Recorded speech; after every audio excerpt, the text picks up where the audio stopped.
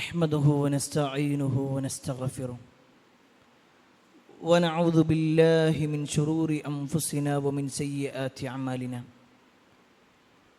من يهده الله فلا مضل له ومن يضلل فلا هادي له وأشهد أن لا إله إلا الله وحده لا شريك له وأشهد أن محمدًا عبده ورسوله أرسله بالهدى ودين الحق ليظهره على الدين كله ولو كره المشركون اللهم صل على محمد وعلى آل محمد كما صليت على إبراهيم وعلى آل إبراهيم إنك حميد مجيد اللهم بارك على محمد وعلى آل محمد كما باركت على إبراهيم وعلى آل إبراهيم إنك حميد مجيد يا أيها الذين آمنوا اتقوا الله حق تقاته ولا تموتن إلا وأنتم مسلمون أما بعد فإن خير الحديث كتاب الله وخير الهدي هدي محمد صلى الله عليه وسلم وشر الأمور محدثاتها وكل محدثة بدعة وكل بدعة ضلالة وكل ضلالة في النار أعوذ بالله من الشيطان الرجيم أجعلتم سقاية الحاج وعمارة المسجد الحرام كمن آمن بالله واليوم الآخر وجاهد في سبيل الله لا يستوون عند الله والله لا يهدي القوم الظالمين يا أيها الناس أوصيكم وإياي أولا بتقوى الله. സ്നേഹധനയരായ സത്യവിശ്വാസികളെ, സഹോദരന്മാരെ, സഹോദരിമാരെ, രക്ഷിതാക്കളെ, അള്ളാഹുവിൻ്റെ വിധിവിലക്കൽ അനുസരിച്ചുകൊണ്ടും പ്രവാചകൻ സല്ലല്ലാഹു അലൈഹി വസല്ലമയുടെ ജീവിതചര്യ പിൻപറ്റിക്കൊണ്ടും ജീവിക്കണമേ എന്ന് ആദ്യമായി എന്നോടും തുടർന്ന് നിങ്ങൾ ഓരോരുത്തരോടും ഉണർത്തുകയാണ്, വസിയ്യത്ത് ചെയ്യുകയാണ്. വിശ്വാസികൾ ഏറെ പവിത്രമായി കാണുന്ന മക്ക എന്നു പറയുന്ന പ്രദേശത്തെക്കുറിച്ചും ആ മക്കയിൽ ഉൾക്കൊള്ളുന്ന വിശ്വാസികളുടെ ചിഹ്നങ്ങളായിട്ടുള്ള കഅബയെക്കുറിച്ചും മസ്ജിദുൽ ഹറാമിനെക്കുറിച്ചും സംസമിനെക്കുറിച്ചുമൊക്കെയാണ് കഴിഞ്ഞ ഖുതുബയിൽ നമ്മൾ വിശദീകരിച്ചത്. പ്രത്യേകിച്ച് ആ ഒരു നാടിൻ്റെ പ്രത്യേകതയും ആ നാട്ടിൽ ചെയ്യേണ്ടതായ ഒട്ടേറെ സൽക്കർമ്മങ്ങളെക്കുറിച്ചും നമ്മൾ മനസ്സിലാക്കി. അതിൻ്റെ കൂടെ ഒരു വിശ്വാസി എന്ന നിലക്ക് നമ്മൾ ആ ഒരു നാട്ടിലേക്ക് പോകാൻ ആഗ്രഹിക്കുന്നുവെങ്കിൽ, പ്രത്യേകിച്ച് ആരാധനാ കർമ്മങ്ങൾക്ക് വേണ്ടി നമ്മൾ പോകുമ്പോൾ ആ ആഗ്രഹം വെക്കുന്നവരോടുള്ള ചില നിർദ്ദേശങ്ങളും നമ്മൾ സൂചിപ്പിക്കുകയുണ്ടായി.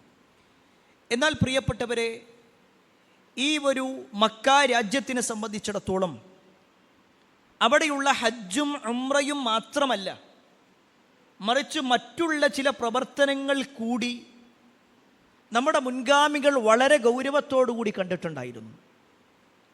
അതിൽപ്പെട്ട പ്രധാന വിഷയങ്ങളിൽപ്പെട്ടതാണ് മക്കയിൽ വരുന്ന ഹാജിമാരായ ആളുകൾക്ക് ഭക്ഷണം കൊടുക്കുക, അവർക്ക് വെള്ളം കൊടുക്കുക. സിഖായത്തുൽ ഹാജ്, ഹാജിമാർക്ക് ഭക്ഷണം കൊടുക്കൽ അല്ലെങ്കിൽ അവരെ വെള്ളം കുടിപ്പിക്കുക എന്നുള്ളത്, അവർക്ക് വേണ്ട സൗകര്യങ്ങൾ ചെയ്യുക എന്നുള്ളത്.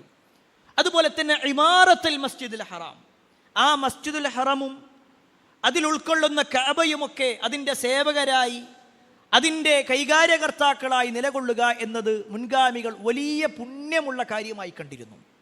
അത് ഇസ്ലാമിൽ മാത്രമല്ല, ജാഹിലിയ കാലഘട്ടത്തിൽ പോലും ഖുറൈശികളുടെ വലിയ ഒരു അധികാരമായിക്കൊണ്ട്, അവർക്കുള്ള വലിയ സ്ഥാനമായിക്കൊണ്ട് അവർ അതിനെ പരിഗണിച്ചിട്ടുണ്ടായിരുന്നു.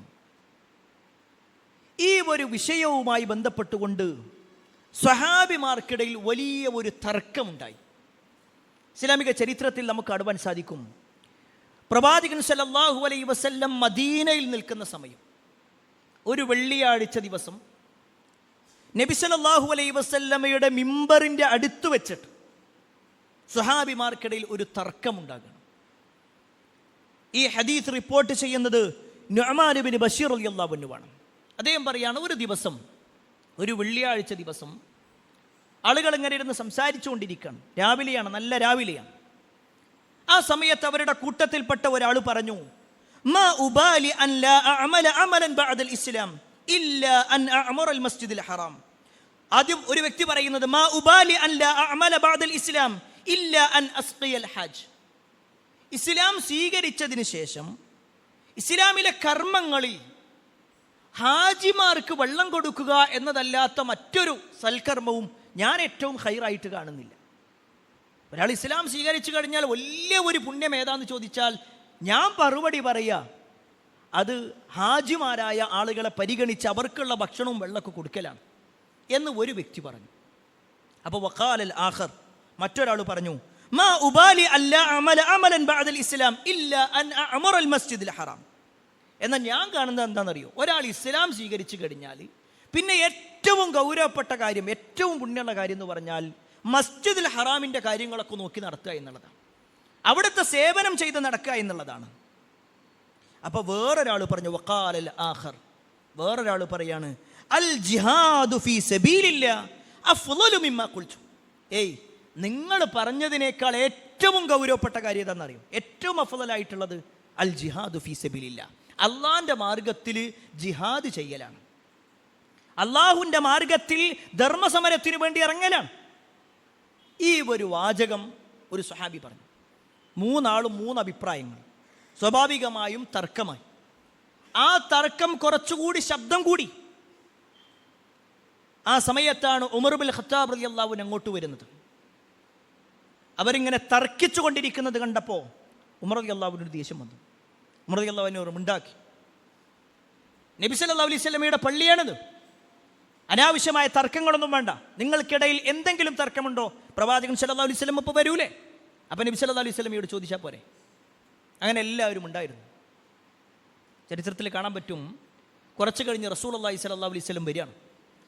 നബി സല്ലല്ലാഹു അലൈഹി വസല്ലം മിമ്പറിൽ കയറി ഖുതുബയൊക്കെ നിർവഹിച്ചതിന് ശേഷം ഈ സ്വഹാബിമാർ റസൂലുള്ളാഹി സ്വല്ലല്ലാഹു അലൈഹി വസല്ലമയുടെ അടുക്കലേക്ക് വരിക. എന്നിട്ട് പ്രവാചകൻ സല്ലല്ലാഹു അലൈഹി വസല്ലമയോട് ഈ ഒരു വിഷയത്തിലുള്ള മസ്അല ചോദിക്കുകയാണ്, ഏതാണ് ഏറ്റവും ഖൈർ, ഹാജിമാർക്ക് വെള്ളം കൊടുക്കലാണോ, അതല്ല മസ്ജിദുൽ ഹറാമിൻ്റെ സേവനവുമായിട്ട് ഇറങ്ങലാണോ, അതല്ല ജിഹാദിന് വേണ്ടി ഇറങ്ങലാണോ? ഇത് പ്രവാചകൻ സല്ലല്ലാഹു അലൈഹി വസല്ലമയോട് ചോദിച്ചതും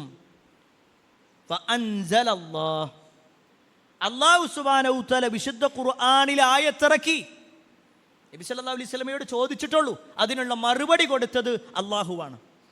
അല്ലാഹു സുബ്ഹാനഹു തആല വിശുദ്ധ ഖുർആൻ 9-ാം അധ്യായം സൂറത്ത് തൗബയിലെ 19-ാമത്തെ ആയത്ത് അപ്പോഴാണ് അവതരിപ്പിക്കുന്നത്. എന്താണ് ആയത്ത് എന്നറിയോ? അജഅൽതും സിഖായത്തൽ ഹാജ് വഇമാറത്തൽ മസ്ജിദിൽ ഹറാം.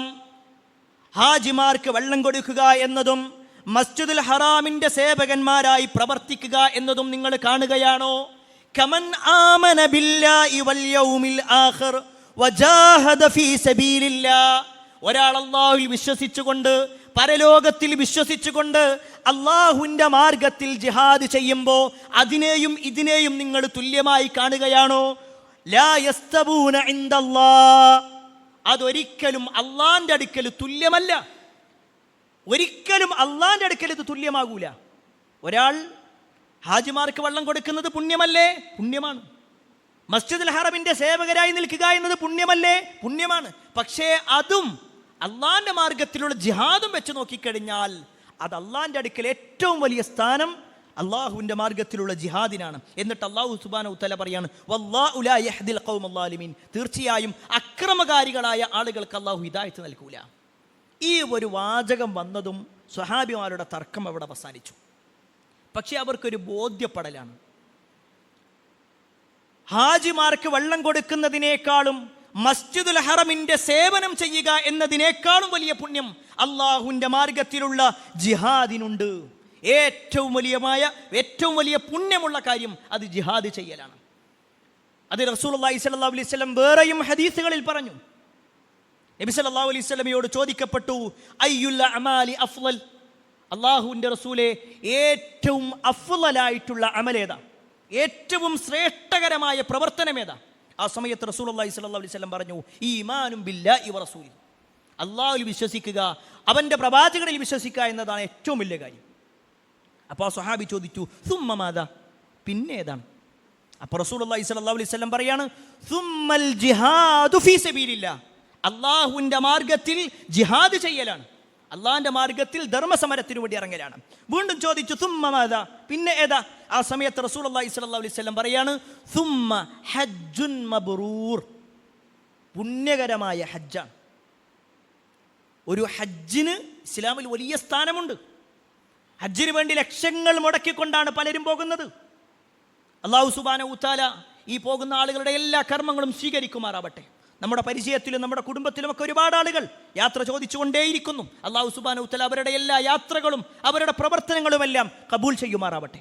എന്നാൽ പ്രിയപ്പെട്ടവരെ, ഹജ്ജുൻ മബ്റൂർ എന്ന് പറയുന്ന ആ പുണ്യകരമായ ഹജ്ജിനേക്കാൾ വലിയ പുണ്യം റസൂലുള്ളാഹി സ്വല്ലല്ലാഹു അലൈഹി വസല്ലം എണ്ണിയിട്ടുള്ളത് ജിഹാദും ഫീ സബീലില്ലാഹ്, അള്ളാഹിൻ്റെ മാർഗത്തിൽ ധർമ്മസമരം ചെയ്യല. എന്നാൽ ഈ ധർമ്മസമരത്തിനേക്കാൾ വലിയ പുണ്യങ്ങളുണ്ടോ? നബി സല്ലല്ലാഹു അലൈഹി വസല്ലമയുടെ ഹദീസുകൾ പരിശോധിക്കുമ്പോൾ അള്ളാഹുവിൻ്റെ മാർഗത്തിൽ ധർമ്മസമരം ചെയ്യുന്നതിനേക്കാൾ വലിയ പുണ്യമുള്ള ചില കാര്യങ്ങളുണ്ട്. ഒരു പക്ഷേ നമ്മളെല്ലാവരും ഹജ്ജ് ചെയ്യാൻ ആഗ്രഹിക്കുന്നുണ്ട്. സാമ്പത്തികമായ പ്രയാസങ്ങൾ കാരണത്താൽ, ശാരീരികമായ ബുദ്ധിമുട്ടുകൾ കാരണത്താൽ ഒരു പക്ഷേ അപേക്ഷ കൊടുത്തിട്ടും 40,000-ഓളം വരുന്ന ആളുകളുടേത് സ്വീകരിക്കപ്പെടാത്തൊരവസ്ഥയിൽ ഒരു പക്ഷേ പെട്ടുപോയ ആളുകളും ഉണ്ടാവാം. ആഗ്രഹമുണ്ട്, പക്ഷേ നടക്കുന്നില്ല. ജിഹാദ് ചെയ്യണമെന്ന ആഗ്രഹമുണ്ട്, പക്ഷേ ഇന്നത്തെ ഒരു സാഹചര്യത്തിൽ അതിൻ്റെ ആവശ്യമില്ല. നബി സല്ലല്ലാഹു അലൈഹി വസല്ലമയുടെ കാലത്തായിരുന്നുവെങ്കിൽ നമുക്ക് പലതും നിർവഹിക്കാമായിരുന്നു. എന്നാൽ ഈ ഹജ്ജിനേക്കാളും ജിഹാദിനേക്കാളും വലിയ പുണ്യം അത് റസൂലുള്ളാഹി സ്വല്ലല്ലാഹു അലൈഹി വസല്ലം പറഞ്ഞു. എന്താണ് ആ പുണ്യം എന്നുള്ളത് മഹാനായ അബ്ദുല്ലാഹി ഇബ്നു അബ്ബാസ് റളിയല്ലാഹു അൻഹുമ റിപ്പോർട്ട് ചെയ്യുന്ന ഹദീസിൽ കാണാൻ പറ്റും. നബി സല്ലല്ലാഹു അലൈഹി വസല്ലം പറയാണ്, മാ മിൻ അയ്യാമിൻ അൽ അമലു സ്വാലിഹു ഫീഹിന്ന അഹബ്ബു ഇലല്ലാഹി മിൻ ഹാദിഹിൽ അയ്യാമിൽ അശ്ർ. ഇനി നമ്മുടെ മുന്നിലേക്ക് വരുന്ന 10 ദിവസങ്ങളുണ്ട്. ദുൽഹിജ്ജയിലെ 10 ദിവസങ്ങൾ. ഇപ്പോൾ നമ്മൾ ദുൽഖഅദ് ഏകദേശം 25-ലേക്ക് എത്തി. ഒരു പക്ഷേ ബുധനാഴ്ചയോ വ്യാഴാഴ്ചയോ ഒക്കെയായി നമ്മൾ ദുൽഹിജ്ജ മാസത്തിലേക്ക് പ്രവേശിക്കുകയാണ്. ആ ദുൽഹിജ്ജ മാസത്തിലേക്ക് നമ്മൾ പ്രവേശിച്ചു കഴിഞ്ഞാൽ പിന്നീടുള്ള 10 ദിവസങ്ങളെക്കുറിച്ച് നബി സല്ലല്ലാഹു അലൈഹി വസല്ലം പറയാണ്, അള്ളാഹുവിൻ്റെ അടുക്കൽ ഇത്രയേറെ പുണ്യകരമായ വേറെ ഒരു പ്രവർത്തനങ്ങൾ ചെയ്യുന്ന ദിവസങ്ങളുമില്ല. അത്രയും പുണ്യകരമായ കാര്യമാണ് ഈ ദിവസങ്ങളിലുള്ള പ്രവർത്തനങ്ങൾക്ക്. ഇത് കേൾക്കുമ്പോൾ സ്വാഭാവികമായിട്ടും സ്വഹാബിമാരുടെ ചോദ്യം, കാരണം അവർക്കറിയാം ജിഹാദിന്റെ പുണ്യം, അവർക്കറിയാം ജിഹാദിന് സ്വർഗമല്ലാതെ പ്രതിഫലമില്ല എന്ന ഹദീസ് അവർക്കറിയാം. അതുകൊണ്ട് തന്നെ സ്വഹാബത്ത് ചോദിച്ചു, വലൽ ജിഹാദു ഫീ സബീലില്ലാഹ്, അല്ലാഹുവിൻ്റെ റസൂലേ, അള്ളാഹുവിൻ്റെ മാർഗത്തിലുള്ള ധർമ്മസമരത്തെക്കാളും വലിയ പുണ്യം ഈ 10 ദിവസങ്ങൾക്കുണ്ടോ? അള്ളാഹിൻ്റെ മാർഗത്തിൽ ധർമ്മസമരം ചെയ്യുക, ജിഹാദ് ചെയ്യുക, അതിനേക്കാൾ വലിയ പുണ്യമുണ്ടോ? അപ്പോൾ റസൂലുള്ളാഹി സ്വല്ലല്ലാഹു അലൈഹി വസല്ലം പറയാണ്, വലൽ ജിഹാദു ഫീ സബീലില്ലാഹ്, അതെ, ജിഹാദിനേക്കാളും വലിയ പുണ്യത്തിന് തന്നെ. എന്നിട്ട് നബി സല്ലല്ലാഹു അലൈഹി വസല്ലം ഒന്നുകൂടി പറഞ്ഞു, ഒരു ജിഹാദിനൊഴികെ ഇല്ലാ റജുലുൻ, ഒരു മനുഷ്യനൊഴികെ. എന്താണ്? ഖറജ ബിനഫ്സിഹി വമാലിഹി, അയാൾ തൻ്റെ ശരീരവുമായി തൻ്റെ മുഴുവൻ സമ്പത്തുമായി കൊണ്ട് അയാൾ ജിഹാദിന് വേണ്ടി ഇറങ്ങി. പക്ഷേ ഫലം യർജി മിൻ ദാലിക ബിശൈ, അതിൽ ഒന്നും ബാക്കിയായില്ല. അയാളുടെ സമ്പത്ത് മുഴുവൻ നഷ്ടപ്പെട്ടു, അയാളുടെ ശരീരവും അയാളുടെ ആത്മാവും എല്ലാം നഷ്ടപ്പെട്ടു. അങ്ങനെയുള്ള ഒരാളുണ്ടെങ്കിൽ അതിനാണ് കൂടുതൽ സ്ഥാനം. അതല്ല എങ്കിലോ ഈ പറയപ്പെട്ട 10 ദിവസങ്ങൾക്ക് പ്രിയപ്പെട്ടവരെ, നമ്മുടെ മുന്നിൽ ഇനിയുള്ള 10 ദിവസങ്ങൾ, അതിൻ്റെ പോരിശ ഈ ഒരൊറ്റ ഹദീസ് മതി, ഈ ഒറ്റ ഹദീസ് മതി. ഇനി കേട്ടോ, ഖുർആനിലെ ആയത്തുണ്ട്, വൽ ഫജ്ർ വലയാലിൻ അശ്ർ. ഫജ്ർ തന്നെയാണ് സത്യം, പ്രഭാതം തന്നെയാണ് സത്യം.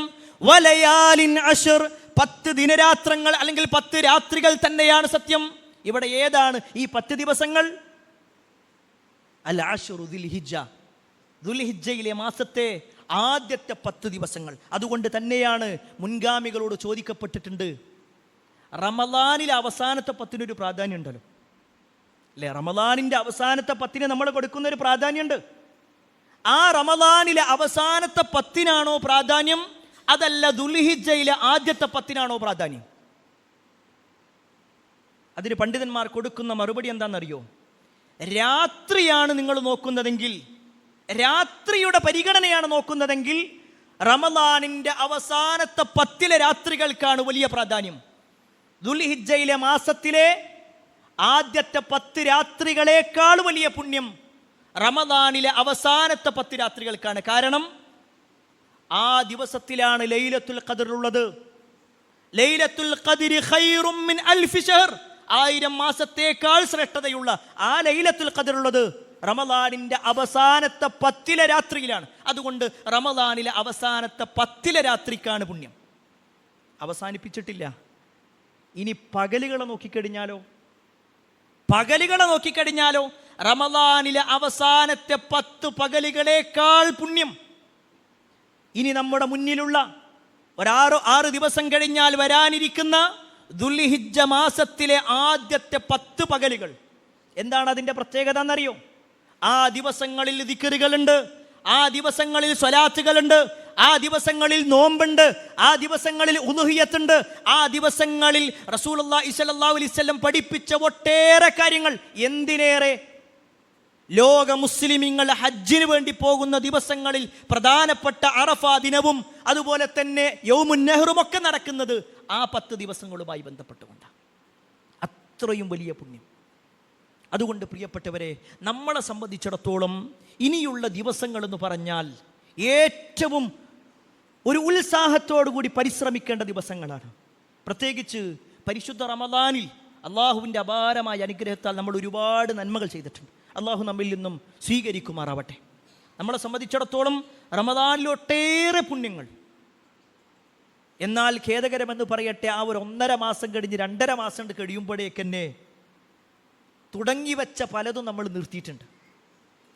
നിർത്തിവെച്ച പല തിന്മകളും നമ്മൾ തുടങ്ങിയിട്ടുണ്ട്. റമദാൻ കഴിഞ്ഞല്ലോ, ഇനി നമുക്ക് പഴയ ജീവിതത്തിലേക്ക് പോകാമെന്നാണെങ്കിൽ വിശ്വാസികളെ സംബന്ധിച്ചിടത്തോളം ഒരു തിരിച്ചറിവിൻ്റെ ദിവസങ്ങളാണ് ഇനിയുള്ളത്.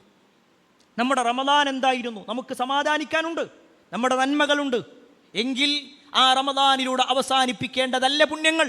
ഇനിയുള്ള 10 ദിവസങ്ങൾ എന്ന് പറഞ്ഞാൽ ഏറ്റവും പുണ്യകരമായ ദിവസങ്ങളായിട്ട് കാണണം. മഹാനായ താബി പണ്ഡിതനാണ് സഈദ് ഇബ്നു ജുബൈർ റഹ്മത്തുള്ളാഹി അലൈഹി. അദ്ദേഹത്തിന്റെ ജീവിതം നമുക്ക് കാണാൻ പറ്റും. ഇദാ ദഖല അയ്യാമുൽ അശ്ർ, ഈ ദുൽഹിജ്ജയിലെ ആദ്യത്തെ 10കൾ ഇറങ്ങിക്കഴിഞ്ഞാൽ, അതിലേക്ക് എത്തിക്കഴിഞ്ഞാൽ, ഇജ്തിഹാദൻ ശദീദ ഹത്താ മാ യകാദു യഖ്ദിറു അലൈഹി, കണക്ക് കൂട്ടാൻ പറ്റാത്ത രൂപത്തിൽ, എണ്ണിക്കണക്കാക്കാൻ പറ്റാത്ത രൂപത്തിൽ വല്ലാത്ത പരിശ്രമമായിരുന്നു അവർ. അത് കേവലം ഒരാളിലല്ല. നമ്മുടെ സ്വഹാബത്തിന്റെ ചരിത്രങ്ങൾ പരിശോധിക്കുമ്പോഴും താബികളുടെ ചരിത്രങ്ങൾ പരിശോധിക്കുമ്പോഴും ഇമാമുമാരുടെ ചരിത്രങ്ങൾ പരിശോധിക്കുമ്പോഴും അവരൊക്കെ അങ്ങനെയായിരുന്നു. ഈ ദിവസങ്ങൾ മറ്റുള്ള ദിവസങ്ങളെക്കാൾ വലിയ പോരിശയോടുകൂടി ചെയ്തു, കർമ്മങ്ങൾ ചെയ്തു. എന്നാൽ എന്തൊക്കെയാണ് കർമ്മങ്ങൾ ചെയ്യേണ്ടത്? ഏതൊക്കെ നന്മകൾ ചെയ്യണം? ഒരു പക്ഷേ ഹജ്ജിന് പോയ ആളുകളെ സംബന്ധിച്ചിടത്തോളം അവർക്ക് എണ്ണിച്ചുട്ട അപ്പം പോലുള്ള കുറേ പ്രവർത്തനങ്ങളുണ്ട്. അവർക്ക് കൃത്യമായി കൊണ്ട് ഇന്ന കർമ്മങ്ങൾ ഇന്ന ദിവസങ്ങൾ എന്നുണ്ട്. എന്നാൽ വിശ്വാസികൾ എന്ന നിലക്ക് ഒരുപാട് നന്മ ചെയ്യാൻ ആഗ്രഹിക്കുന്ന നമ്മൾ ചെയ്യേണ്ട കാര്യങ്ങൾ എന്താ? അതിൽ ഒന്നാമത്തെ കാര്യം എന്താണെന്നറിയോ? ഒന്നാമത്തെ കാര്യം ദിക്റുകൾ വർദ്ധിപ്പിക്കുക. ഈ ദിക്റുകൾ വർദ്ധിപ്പിക്കുക. ഇനിയുള്ള 10 ദിവസം എല്ലാ സമയത്തും ഒരു വിശ്വാസിയെ സംബന്ധിച്ചിടത്തോളം അദ്കാറുകൾ ഉണ്ടാവണം. എന്നാൽ ഇനിയുള്ള ദിവസങ്ങൾ കുറച്ചുകൂടി ശ്രദ്ധ കൊടുക്കണം. ദിക്ർ എന്ന് പറയുമ്പോൾ 2 തരത്തിലുണ്ട്. ഒന്ന്, അള്ളാഹിനെ കുറിച്ച് എപ്പോഴും ഓർമ്മിക്കുക എന്നുള്ളതാണ്. എപ്പോഴും ഓർമ്മിക്കൽ, അത് ദിക്റുള്ളയാണ്, അള്ളാഹിനെ കുറിച്ചുള്ള സ്മരണയാണ്. മറ്റൊന്ന്, നാവ് കൊണ്ടുള്ള അദ്കാറുകൾ. അല്ലാഹു അക്ബർ എന്നുള്ളത്, സുബ്ഹാനല്ലാഹ് എന്നുള്ളത്, ലാ ഇലാഹ ഇല്ലല്ലാഹ് എന്നുള്ളത്, അൽഹംദുലില്ലാഹ് എന്നുള്ളത് നമുക്കെല്ലാം സുപരിചിതമാണ്. പ്രിയപ്പെട്ടവരെ, ഈ ദിക്റുകൾ അറിയാത്തവരാരും ഉണ്ടാവില്ല. നബി സല്ലല്ലാഹു അലൈഹി വസല്ലമയുടെ ഹദീസിൽ കാണാൻ പറ്റും, ഒരാൾ ഒരു തവണ സുബ്ഹാനല്ലാഹ് എന്ന് പറഞ്ഞാൽ 20 പുണ്യം അയാൾക്ക് രേഖപ്പെടുത്തുന്ന. ഒരു തവണ പറഞ്ഞു അല്ലാഹു അക്ബർ പറഞ്ഞാൽ 20 പുണ്യം കിട്ടുകയാണ്. നമ്മുടെ നാവിന് ഏറ്റവും നൈർമല്യമുള്ളതായ ഒട്ടേറെ ദിക്റുകൾ, യാതൊരു നിലക്കും നമുക്ക് കൂടുതൽ എനർജി കളയേണ്ടതില്ലാത്ത വിധത്തിലുള്ള കർമ്മങ്ങൾ. പക്ഷേ ഖേദകരം എന്ന് പറയട്ടെ, പല ആളുകൾ അതിനെ നിസ്സാരവൽക്കരിച്ചു കൊണ്ടിരിക്കുകയാണ്. നബി സല്ലല്ലാഹു അലൈഹി വസല്ലമയുടെ ഒരൊറ്റ ചരിത്രം കേട്ടാൽ മതി. നമ്മളെ സംബന്ധിച്ചിടത്തോളം നമ്മുടെ യാത്രകൾ, ആ സമയത്ത് നമ്മുടെ നാവുകളിൽ ഇങ്ങനെ ദിക്റുകൾ വന്നുകൊണ്ടിരിക്കും. നമ്മുടെ ഒഴിവ് വേളകളൊക്കെ ദിക്റുകളിലാവും. ഒരു ദിവസം നബി സല്ലല്ലാഹു അലൈഹി വസല്ലമയും സ്വഹാബിമാരിങ്ങനെ ഒരു വഴിയിലൂടെ അങ്ങനെ വരിക, ഒരു യാത്ര കഴിഞ്ഞ് വരിക. അങ്ങനെ ഒരു ഭാഗത്ത് അവർ വിശ്രമിക്കാൻ തീരുമാനിച്ചു. റസൂലുള്ളാഹി സ്വല്ലല്ലാഹു അലൈഹി വസല്ലമ ഒരു മരത്തിൽ ഇങ്ങനെ ചാരി നിൽക്കുക. ആ മരമാകട്ടെ ആകെ ഉണങ്ങിയ ഒരു മരം. നബി സല്ലല്ലാഹു അലൈഹി വസല്ലം അതിൻ്റെ ചില്ലകളിലേക്ക് ഇങ്ങനെ നോക്കിയപ്പോൾ അതിൻ്റെ ചില്ലകളിലുള്ള ഇലകളെല്ലാം ഉണങ്ങിയിട്ടുണ്ട്. ആ സമയത്ത് പ്രവാചകൻ സല്ലല്ലാഹു അലൈഹി വസല്ലം ആ ഒരു സാഹചര്യം സ്വഹാബത്തിന് പഠിപ്പിച്ചു കൊടുക്കുക. റസൂലുള്ളാഹി സ്വല്ലല്ലാഹു അലൈഹി വസല്ലമയുടെ കയ്യിലൊരു വടി ഉണ്ടായിരുന്നു. ആ വടി എടുത്തിട്ട് പ്രവാചകൻ സല്ലല്ലാഹു അലൈഹി വസല്ലമ ആ ചില്ലയിലൊരു അടിയണ്ടടിച്ചു. സ്വഹാബത്ത് ഇങ്ങനെ നോക്കി നിൽക്കുന്ന സമയത്താണ് നബി സല്ലല്ലാഹു അലൈഹി വസല്ലം ഇത് ചെയ്യണേ. ആ ഒരു അടിയടിച്ചതും അതിൽ നിന്നും ഇലകളിങ്ങനെ കൊടിഞ്ഞു വീണു. എന്നിട്ട് നബി സല്ലല്ലാഹു അലൈഹി വസല്ലം സ്വഹാബത്തിനോട് ചോദിക്കുകയാണ്, ഏയ് നിങ്ങൾ കണ്ടില്ലേ, ഈ മരത്തിൽ നിന്നും ഇലകൾ കൊഴിഞ്ഞു വീഴുന്നത് പോലെ നിങ്ങളുടെ പാപങ്ങൾ കൊഴിഞ്ഞു പോകണമെന്ന് നിങ്ങൾ ആഗ്രഹിക്കുന്നുണ്ടോ? ആ ഒരു ചോദ്യം ചോദിച്ചു. സ്വഹാബത്ത് എല്ലാവരും പറഞ്ഞു, ബല യാ റസൂലല്ലാഹ്, ഞങ്ങൾ ആഗ്രഹിക്കുന്നുണ്ട്, ഞങ്ങൾക്ക് വേണം. എന്താ ചെയ്യണ്ടേ? നബി സല്ലല്ലാഹു അലൈഹി വസല്ലം പറഞ്ഞു, സുബ്ഹാനല്ലാഹ്, അൽഹംദുലില്ലാഹ്, ലാ ഇലാഹ ഇല്ലല്ലാഹ്, അല്ലാഹു അക്ബർ ചൊല്ലിക്കോ, ധാരാളമായിട്ട് ചൊല്ലിക്കോളി. അത് ചൊല്ലുന്നതിന് അനുസരിച്ചുകൊണ്ട് പാപങ്ങൾ കൊഴിഞ്ഞു പോയിക്കൊണ്ടേയിരിക്കും. എത്ര സുന്ദരമായിട്ടാണ് പ്രവാചകൻ സല്ലല്ലാഹു അലൈഹി വസല്ലമ ഒരു ദിക്റിനെ പഠിപ്പിച്ചു കൊടുത്തത്.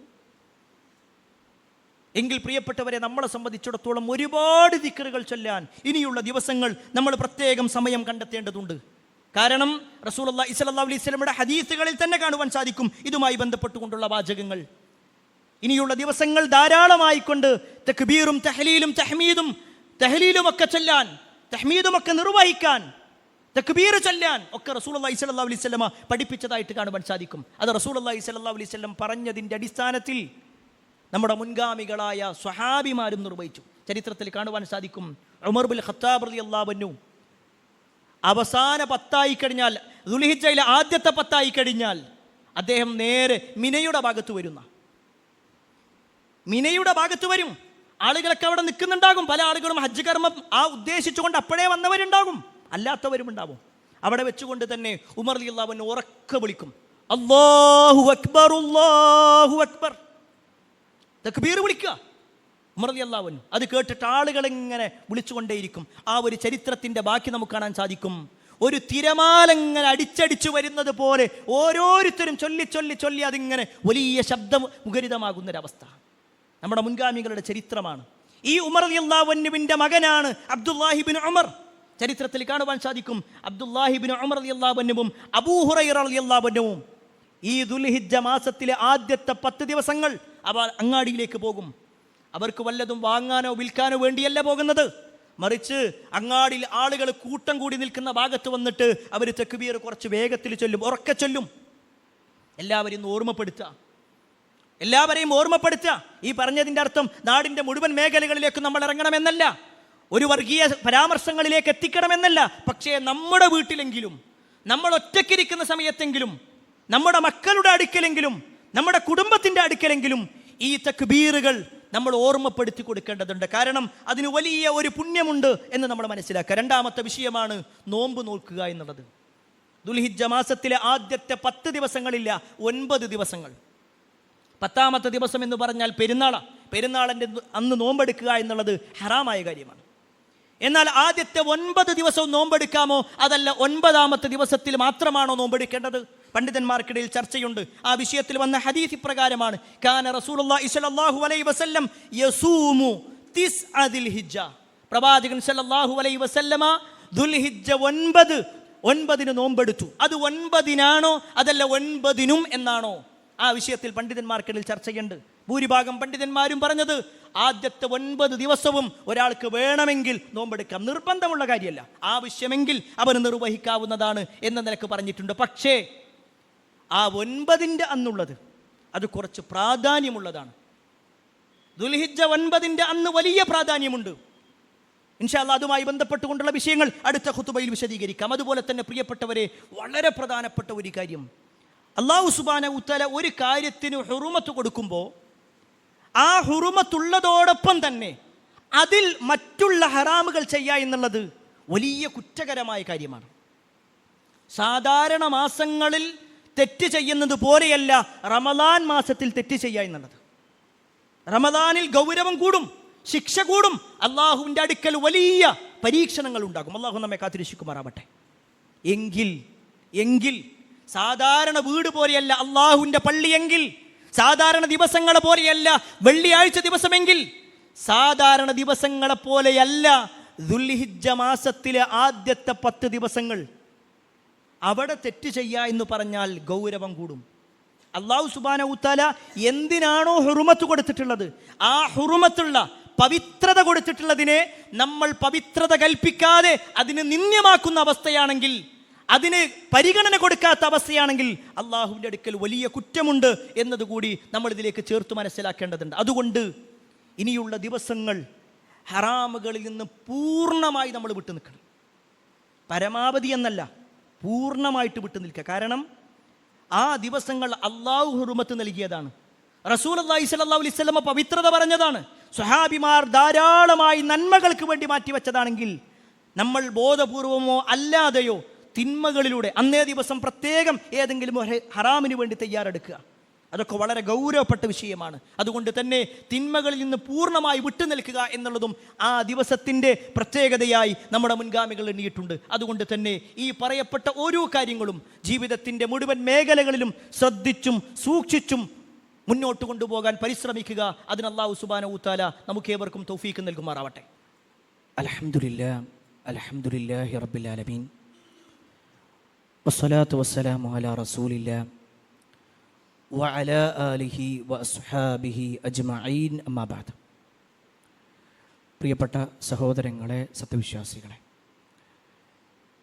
അള്ളാഹുവിൻ്റെ വിധിവിലക്കുകൾ അനുസരിച്ചുകൊണ്ടും പ്രവാചകൻ സല്ലല്ലാഹു അലൈഹി വസല്ലമയുടെ ജീവിതചര്യ പിൻപറ്റിക്കൊണ്ടും ജീവിക്കണമേ എന്ന് ഒരിക്കൽ കൂടി എന്നോടെന്ന പോലെ നിങ്ങൾ ഓരോരുത്തരോടും ഉണർത്തുകയാണ്, ഓർമ്മപ്പെടുത്തുകയാണ്. നമ്മുടെ മുന്നിൽ വരാനിരിക്കുന്ന ദുൽഹിജ്ജ മാസത്തെക്കുറിച്ചും അതിലെ ആദ്യത്തെ 10 ദിവസങ്ങളുടെ പോരിശയുമാണ് നമ്മൾ വിശദീകരിച്ചു വന്നത്. അതിൽ വളരെയേറെ സുപ്രധാനമായ ഒരു കാര്യമാണ് ഉദുഹിയ്യത്ത് അറുക്കുക എന്നുള്ളത്. കഴിഞ്ഞ 2 ആഴ്ചകൾക്ക് മുമ്പ് ഇതേ മിമ്പറിൽ വെച്ചുകൊണ്ട് തന്നെ ഉദുഹിയ്യത്തിൻ്റെ പ്രാധാന്യത്തെക്കുറിച്ചും അതിൻ്റെ ഗൗരവത്തെക്കുറിച്ചുമൊക്കെ നമ്മൾ സൂചിപ്പിച്ചിരുന്നു. അത് കഴിഞ്ഞപ്പോൾ ചില ആളുകൾ ചോദിച്ച ഒരു ചോദ്യമുണ്ടായിരുന്നു. ഉദുഹിയ്യത്ത് അറുക്കുക എന്നുള്ളത് നിർബന്ധമായ ഫറലായ ഒരു കാര്യമാണോ, അതല്ല അതൊരു സുന്നത്തായ കാര്യമാണോ? ഈ വിഷയത്തിൽ എന്താണ് ഇസ്ലാമികമായി കൊണ്ട് പണ്ഡിതന്മാർ വിശദീകരിച്ചത് എന്ന് നമുക്കൊന്ന് പരിശോധിക്കാം. ഒരു വിഭാഗം പറഞ്ഞത് ഇത് നിർബന്ധമാണ് എന്ന് തന്നെയാണ്. ഒരാൾക്ക് കഴിവുണ്ട്. കാരണം റസൂലുള്ളാഹി സ്വല്ലല്ലാഹു അലൈഹി വസല്ലം പറഞ്ഞത് ആ വാചകം ഇങ്ങനെയാണ്: മൻ കാന ലഹു സഅതുൻ, ആർക്കെങ്കിലും അതിനുള്ള കഴിവുണ്ട്, അല്ലെങ്കിൽ അതിനെ ഉൾക്കൊള്ളാൻ അതിന് സൗകര്യങ്ങളുണ്ട്, എന്നിട്ടും വലം യുദഹി, അവൻ ഉളുഹിയത്ത് വെക്കുന്നില്ല, അല്ലെങ്കിൽ ഉളുഹിയത്ത് അറുക്കുന്നില്ല, ഫലാ യഖ്റബന്ന മുസല്ലാന. ആ വാചകമാണ്. കഴിവുണ്ടായിട്ടും ഒരാൾ ഉളുഹിയത്ത് അറുക്കുന്നില്ല എങ്കിൽ അവൻ നമ്മുടെ മുസല്ലയിലേക്ക് വരണ്ട. അവിടെ റസൂലുള്ളാഹി സ്വല്ലല്ലാഹു അലൈഹി വസല്ലമയുടെ ഹദീസുകളിൽ നമുക്ക് കാണുവാൻ സാധിക്കും, പെരുന്നാളിൻ്റെ അന്ന് എല്ലാവരും വരണം എന്നാ പറയാൻ. നബി സല്ലല്ലാഹു അലൈഹി വസല്ലമ ഈദ്ഗാഹിലേക്ക് എല്ലാവരും വരണം. എത്രത്തോളം എന്നാൽ ആർത്തവകാരിയായ സ്ത്രീയാണെങ്കിൽ പോലും അവൾ അവിടെ വന്ന് ഇരിക്കണം, അവൾ നിസ്കരിക്കേണ്ടതില്ല എന്ന് വരെ നബി സല്ലല്ലാഹു അലൈഹി വസല്ലം പറഞ്ഞിട്ടുണ്ട്. എല്ലാ മുസ്ലിമീങ്ങളും ഒന്നിക്കേണ്ട ഒരു സ്ഥലം അതാണല്ലോ ശരിക്കും ഈദ്ഗാഹ്.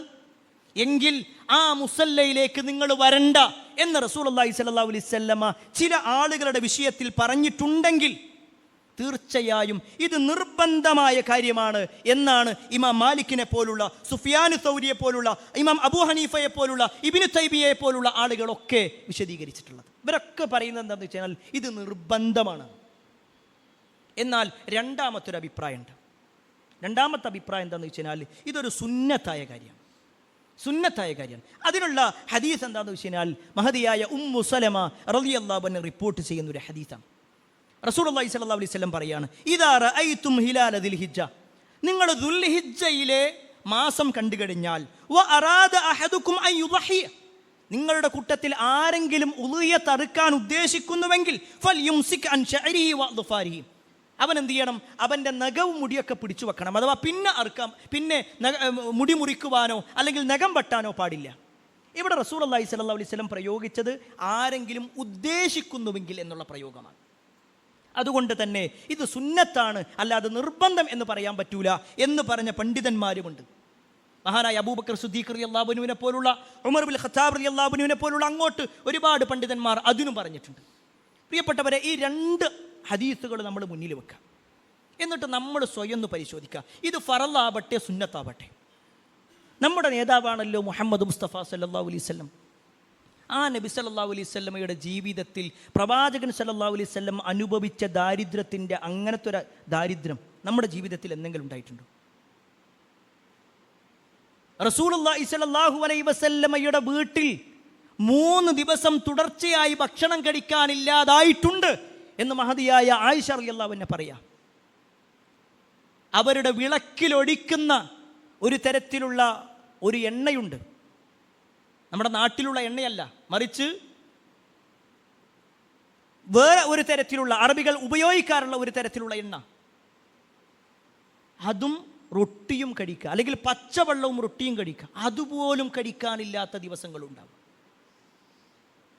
അത്രയും പ്രയാസം അത് റസൂലുള്ളാഹി സ്വല്ലല്ലാഹു അലൈഹി വസല്ലം അനുഭവിച്ചിട്ടുണ്ടെങ്കിൽ, ആ പ്രവാചകൻ സ്വല്ലല്ലാഹു അലൈഹി വസല്ലമയെ കുറിച്ച് അബ്ദുല്ലാഹി ഇബ്നു ഉമർ റളിയല്ലാഹു അൻഹു പറയാണ്, അഖാമ റസൂലുള്ളാഹി സ്വല്ലല്ലാഹു അലൈഹി വസല്ലം ബിൽ മദീന, നബി സല്ലല്ലാഹു അലൈഹി വസല്ലം മദീനയിലേക്ക് വന്നതിന് ശേഷം എല്ലാ അശ്റ സിനീന യുളഹി, നബി സല്ലല്ലാഹു അലൈഹി വസല്ലം 10 കൊല്ലം മദീനത്ത് ജീവിച്ചിട്ടുണ്ട്. ആ 10 കൊല്ലവും നബി സല്ലല്ലാഹു അലൈഹി വസല്ലം ഉദ്ഹിയ്യത്ത് അറുത്തിട്ടുണ്ട്. ഭക്ഷണം കഴിക്കാനില്ലാത്ത പ്രവാചകന്റെ വിഷയത്തിലാണിത് പറഞ്ഞതെങ്കിൽ എന്തുകൊണ്ട് നബി സല്ലല്ലാഹു അലൈഹി വസല്ലമ ബാക്കി പണം മാറ്റിവെച്ചുകൊണ്ട് ഇതിനു വേണ്ടി തയ്യാറെടുത്തു? തൻ്റെ സമ്പത്ത് മാറ്റിവെച്ചു. അവിടെയാണ് എന്താണ് ഇതുകൊണ്ട് അർത്ഥമാക്കുന്നത്? അള്ളാഹുവിൻ്റെ തൃപ്തി ഉദ്ദേശിച്ചുകൊണ്ടാണ് നമ്മൾ ഇത് നിർവഹിക്കുന്നത്, അല്ലേ? ഇബ്രാഹിം നബി അലൈഹി സ്വലാമിനോട് അള്ളാഹു സുബ്ഹാനഹു വ തആല പറയുന്നത് സ്വന്തം മകനെ അറുക്കാൻ വേണ്ടി പറഞ്ഞു. അവിടെ ഇബ്രാഹിം നബി അലൈഹി സ്വലാം അതിന് സന്നദ്ധനായി മകനെ കിടത്തി മകൻ്റെ കഴുത്തിലേക്ക് കത്തിവെച്ചു. അപ്പോഴാണ് ജിബ്രീൽ അലൈഹി സ്വലാം വരുന്നത്.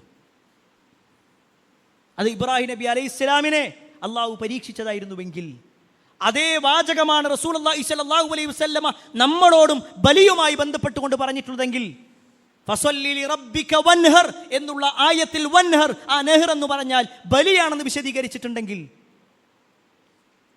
40 കൊല്ലമായി നമ്മൾ ജീവിക്കാൻ തുടങ്ങിയിട്ട്, 50 കൊല്ലമായി, 60 കൊല്ലമായി, ഇന്ന് വരെ ഉളുഹിയത്തിന് വേണ്ടി ഇതാ എൻ്റെ ഒരു ഓഹരി എന്ന് പറയാൻ നമ്മൾ എത്ര ആളുകൾ റെഡി ആയിട്ടുണ്ടാവും? ഒരാടാണെങ്കിൽ ഒരാൾ ഒറ്റക്കാണ് ഇറക്കണ്ടേ, ആടാണെങ്കിൽ ഒരാൾ ഒറ്റക്ക്. എന്നാൽ ഒരു പോത്തോ അതുപോലുള്ളതാണെങ്കിൽ 7 ആളുകൾ വരെ കൂടാം, 7 ആളുകൾ വരെ. ഒട്ടകമാണെങ്കിൽ 10 ആളുകളും കൂടും. ഒറ്റക്കറുക്കാൻ ബുദ്ധിമുട്ടാണോ എന്നങ്ങൾ ഷെയർ കൂടി അറുത്താൽ മതിയെന്ന്. അവിടെയാണ് നമ്മൾ ആലോചിക്കേണ്ടത്. നമ്മുടെ മോളെ കല്യാണത്തിന് നമ്മൾ അറുത്ത ആടിൻ്റെ കണക്കെത്രയാ? നമ്മുടെ മകൻ്റെ കല്യാണത്തിന് അറുത്ത പോത്തിൻ്റെ കണക്കെത്രയാ? ഇത്ര കിൻഡലുള്ളതെന്നൊക്കെയല്ലേ നമ്മൾ പറയാറുള്ളത്. എന്നാൽ അള്ളാഹ് ഒരു കാര്യം പറഞ്ഞപ്പോൾ അതിന് എൻ്റെ അടുത്ത് പൈസ അല്ല. ഞാൻ ആരെയും കുറ്റപ്പെടുത്താൻ വേണ്ടി പറയല്ല, നമ്മൾ സ്വന്തത്തോട് ചോദിക്കുക. ഒരു കൊല്ലത്തിനാകെ വരുന്നത് 8000 രൂപ. ഒരു മാസം 1000 രൂപ പോലും മാറ്റി വെക്കേണ്ടതില്ല. മാസത്തിൽ 1000 പോലും മാറ്റി വെക്കേണ്ടതില്ല. ഒരു കൊല്ലത്തിലാണ് വരുന്നത് എങ്കിൽ 40 കൊല്ലം, 50 കൊല്ലം, 60 കൊല്ലം ജീവിച്ചിട്ട് ഒരു ഉളുഹിയത്ത് പോലും നമ്മൾ അറുക്കുന്നില്ല. അള്ളാൻ്റെ തൃപ്തിക്ക് വേണ്ടി നിസ്കാരം നോമ്പൊക്കെ തന്നെ മതിയെന്ന്, അതിനപ്പുറത്തേക്കൊന്നും പോകേണ്ടതില്ല. എങ്കിൽ ആ നിസ്കാരം പഠിപ്പിച്ചതാരാ? നമ്മുടെ നേതാവ് മുഹമ്മദ് മുസ്തഫ സല്ലല്ലാഹു അലൈഹി വസല്ലമയാണ്. നോമ്പ് പഠിപ്പിച്ചതാരാ? നബി സല്ലല്ലാഹു അലൈഹി വസല്ലമയാണ്. എങ്കിൽ അതേ പ്രവാചകൻ 10 കൊല്ലം പട്ടിണി കിടന്ന പ്രവാചകൻ സല്ലല്ലാഹു അലൈഹി വസല്ലമ ഇത്രയും പ്രാധാന്യം ഇതിന് കൊടുത്തിട്ടുണ്ടെങ്കിൽ അതിനെ നമ്മളൊരു നിസ്സാരമായി കാണരുത്.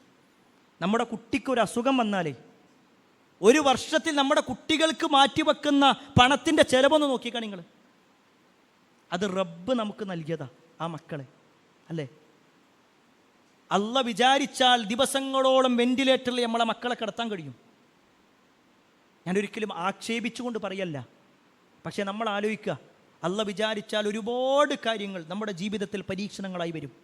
എന്നാൽ അതിൽ നിന്നൊക്കെ രക്ഷപ്പെടാനും അള്ളാഹുവിലേക്ക് കൂടുതൽ എടുക്കാൻ നമുക്ക് നമ്മുടെ മനസ്സിനൊന്ന് സമാധാനിപ്പിക്കാൻ, റബ്ബേ ഇത്ര കാലം ഞാൻ എന്ത് ചെയ്തിട്ടില്ല, ഒരു ഉദയത്തോർത്തിട്ടില്ല, അതാ ഇത്തവണയെങ്കിലും ഞാൻ അതിനു വേണ്ടി ഒരുങ്ങിയിട്ടുണ്ട് എന്ന് സ്വന്തത്തോട് പറയാനെങ്കിലും, അള്ളാഹുവിൽ ഒരു തൃപ്തിയുള്ള ഒരു മനസ്സുമായിട്ട് ജീവിക്കാനെങ്കിലും നമ്മൾ അതിൽ ഒന്ന് സന്നദ്ധമാവണം എന്നതുകൂടി ഓർമ്മപ്പെടുത്തുകയാണ്. അള്ളാഹു സുബ്ഹാനഹു തആല എല്ലാ അർത്ഥത്തിലും നന്മകൾ ചെയ്ത് ജീവിക്കുന്ന ആളുകളിൽ നമ്മെ ഏവരെയും ഉൾപ്പെടുത്തുമാറാവട്ടെ.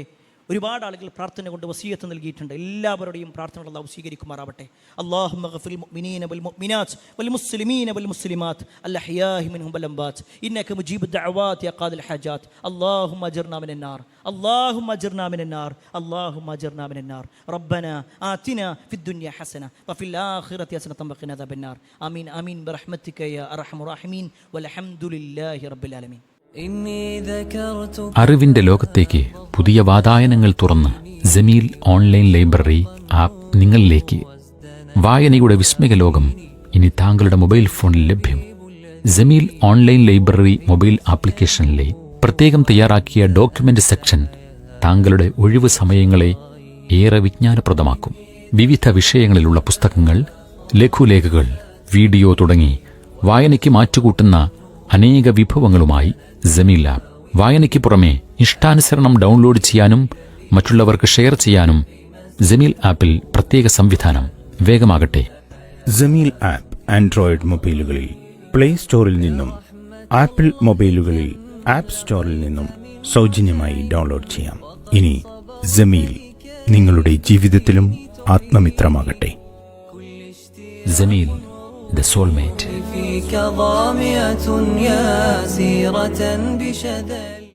Peace Radio. Tune to reality.